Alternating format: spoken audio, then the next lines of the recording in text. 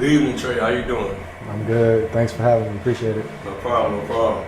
So, we know you're a men's basketball player here at Yale University. Kind of talk to me about your history with basketball. How you got started playing the game and things like that. Yeah. Shoot, it's been a long journey.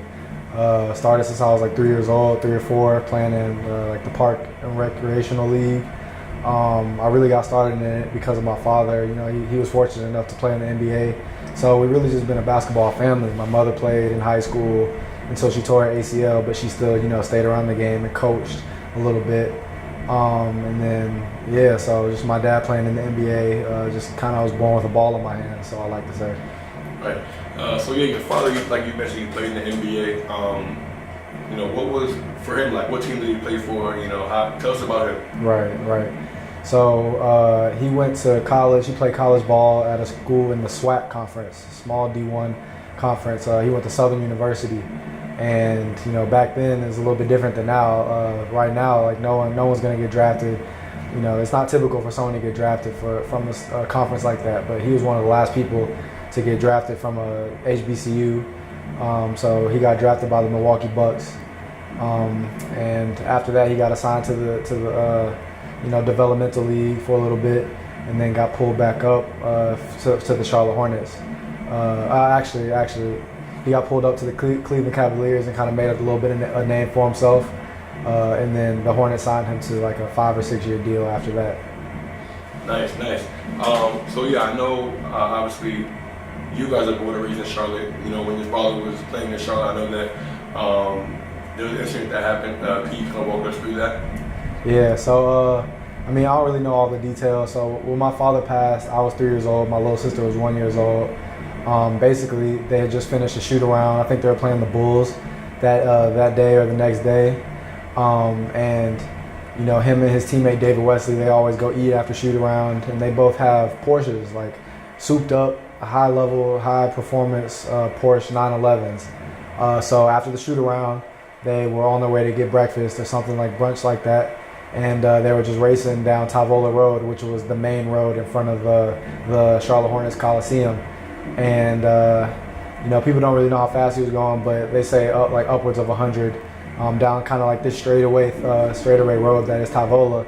And I think a car just pulled out in front of him last second, lost control of the car, and was just kind of killed on impact in the collision with the van. So that's pretty much what happened. It was real tragic. They canceled the game that day. So it was just a tough day for the community. Right. I know, obviously, like you said, you were young, and obviously I know that must have been a hard day for your family and stuff. What has that been like, since then, just kind of hearing what everybody says about your father and the incident? How has that kind of affected you?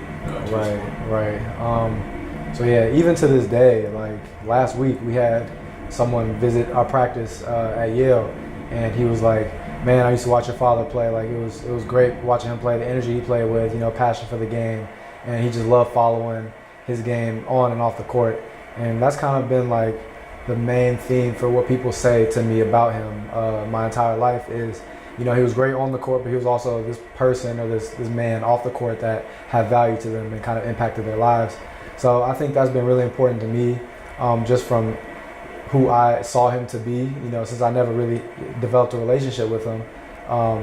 The things that people said about him kind of just, I took importance from that and resonated with the things that they said and kind of wanted to emulate that. So, like I said, they said he was a great person on and off the court and really valued, academics.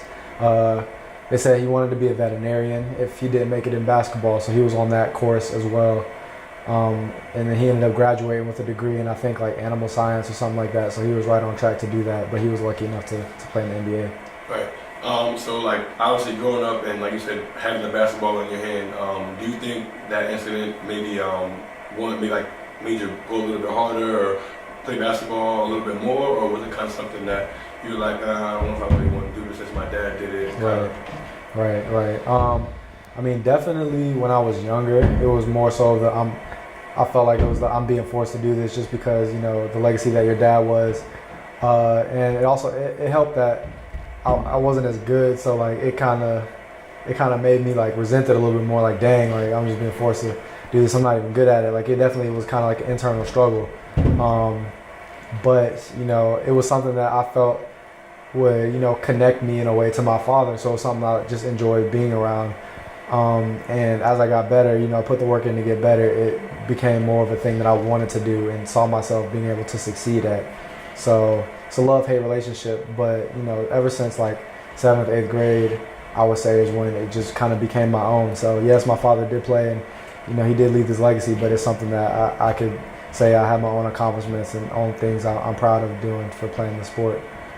That's good. So off of that, what would you say is your biggest accomplishment with the sport thus far? Something that you're most proud of? Shoot, yeah, man. I don't know. Ain't nobody really asked me that question ever. So I would say getting into the school that I'm at through basketball, paired with my academics, being able to balance those two throughout high school, considering the background that I had, like it was just my mother in the home and my sister. And we did have like the help of like my aunt. She would tutor me, and just, family friends that'll be around and kind of help my mom do the things that she would do and sacrifice to get us to where we need to be. So I was just saying, like, getting into college was kind of like the culmination of like, that's what people say is success for a parent, to get your kids to a level past what they got. So my mom, she also went to Southern University, small HBCU, and no shade to them or anything, but it's just something to be said about getting both your kids into Division I colleges, and great schools at that too. So I think it was kind of just a testament to her. It was just like it was something that my mom could point to and be like, yeah, like I was able to do that despite the tragedy that we face as a family. Right. So like you said, talk about, being able to, obviously your father and mother went to Southern HBCU, and you being able to make it to Yale, one of the top Ivy Leagues in the country.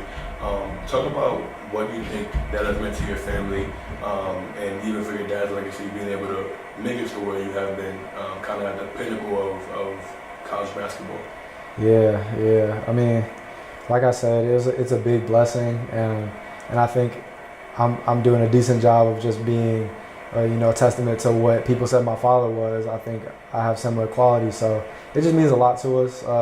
It's a good reminder, just that, people say like, oh, he's probably looking down on y'all, proud of y'all, to me and my sister. So that makes us feel good, just because we never will have that confirmation from him.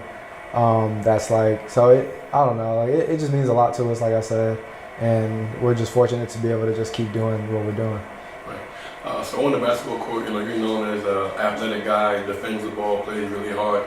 You think that you got any of that from your dad? Is that how your dad played, or was your dad kind of a finesse guy? Like, how do you think your games for the basketball court? Yeah. Nah, people. So one of the nicknames my dad had while he was in the league, they call him like the Jordan Stopper, apparently. Yeah. So apparently, Michael Jordan said like he was one of the toughest guys he ever faced, like on the ball defenders. So and for me, when I was a young kid, even though I wasn't too talented, like skill wise, like offensively, one thing that I've had since day one is like that defensive prowess. I'll get a steal, get 2 steals, miss 2 layups on the other side. Like, so I think that defense was kind of just something that was instilled in me. And another thing is just like, they said his work ethic was just another level. He really took pride in like taking care of his body, like eating, and like just he was a pro like through and through, just not just having talent, but like he really like embodied, just did the little things to just play at a high level. So I think that's something else I do and just kind of embody, is just doing more than just the little things, and kind of just maintaining, what it is to perform at a high level, taking care of my body, and stuff like that. Right. So obviously your sister also played Division I basketball at Wagner. Now she's at Florida Gulf Coast. Yeah. Your dad played basketball. Do you think that going forward, like when you have kids, your kid will play basketball as well? Yeah, for sure. I mean, it's up to them. Like I said, I feel like I was kind of thrown into it just because we're a big basketball family. So naturally, I'm going to be interested in the sport. I feel like if my kid is, looking up to me, that's something he might gravitate towards, but I'm definitely not going to force him.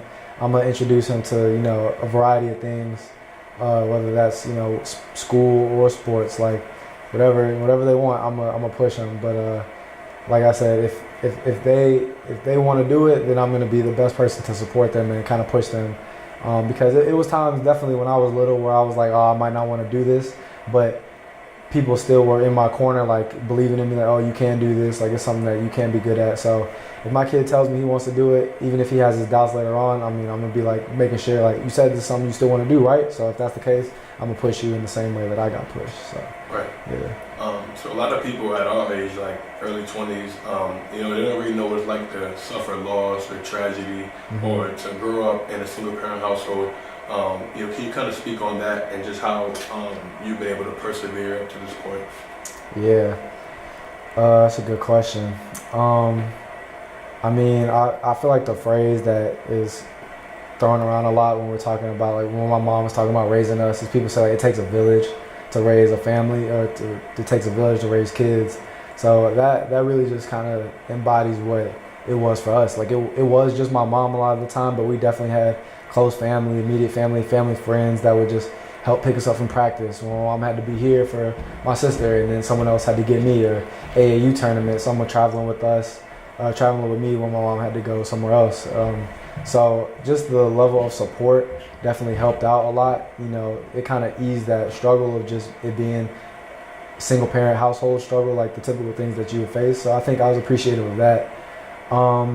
And I guess just speaking from my perspective, it was a little bit tougher for me because there's not a lot of men around in the household. So it was definitely something where I had to like kind of just look up to like other people, other role models, and it kind of influenced, my faith a little, I would say, for the most part. So yeah, it was a little bit tougher for me, but like I said, I was fortunate enough to have, those male figures in my life to step in when they were needed. And while it's not the same thing as having a dad around in the household every day, but it helps. It helps a lot. So. So if there was one thing that you could tell your father today, what would it be? Oh, dang. Shoot. Just thank you for busting your butt to get your family to this point, to open the doors that you opened for us. Because if it wasn't for his hard work, who knows where we would be if he would have pass away and just didn't put all this work in and grind and like provide these opportunities. We could have been in a whole different situation. So just thank you, and hope I'm doing you some justice, making you proud. Is there anything else you'd like to add? Nah. I'm still giving Andrew buckets. He never played me on one-on-one, but it's slow for him. But nah, I'm good. Thanks for interviewing me. No problem. Thank you for your time. Yeah. All right.